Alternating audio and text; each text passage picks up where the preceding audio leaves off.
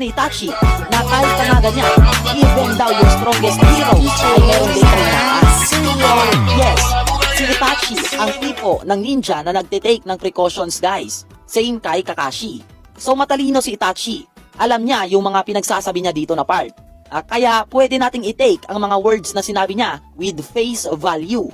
Ibig sabihin, pwede natin i-assume na totoo nga yung mga sinabi niya about dito na pareho silang mamamatay ni Jiraiya pag naglaban nga sila. At pwede din natin i-assume na hindi nga nila kayang dalawa etong si Jiraiya.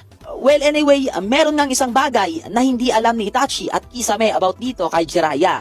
At yun nga ang Sage Mode. Yes mga boy, kasi imagine guys sa early Naruto series, hindi pa na-introduce sa atin ang Sage Mode. At malamang, wala ding alam si Itachi at Kisame about sa Sage Mode. Kasi, first time lang nila na-encounter si Jiraiya. At ni minsan, hindi nila ito nakitang lumaban in person. Never nga din nag-undergo si Jiraiya sa Sage Mode form. Dahil ang rason nga niya daw ay pumapangit ang mukha niya at nawawala daw ang sex appeal niya. Kaya nga malamang, wala silang alam about sa Sage Mode.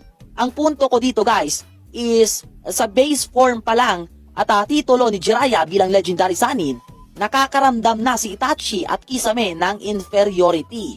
How much more kung nag-Sage Mode si Jiraiya sa time na to? Malamang, hindi magagawang sabihin ni Itachi ang salitang pareha silang mamamatay ni Jiraiya.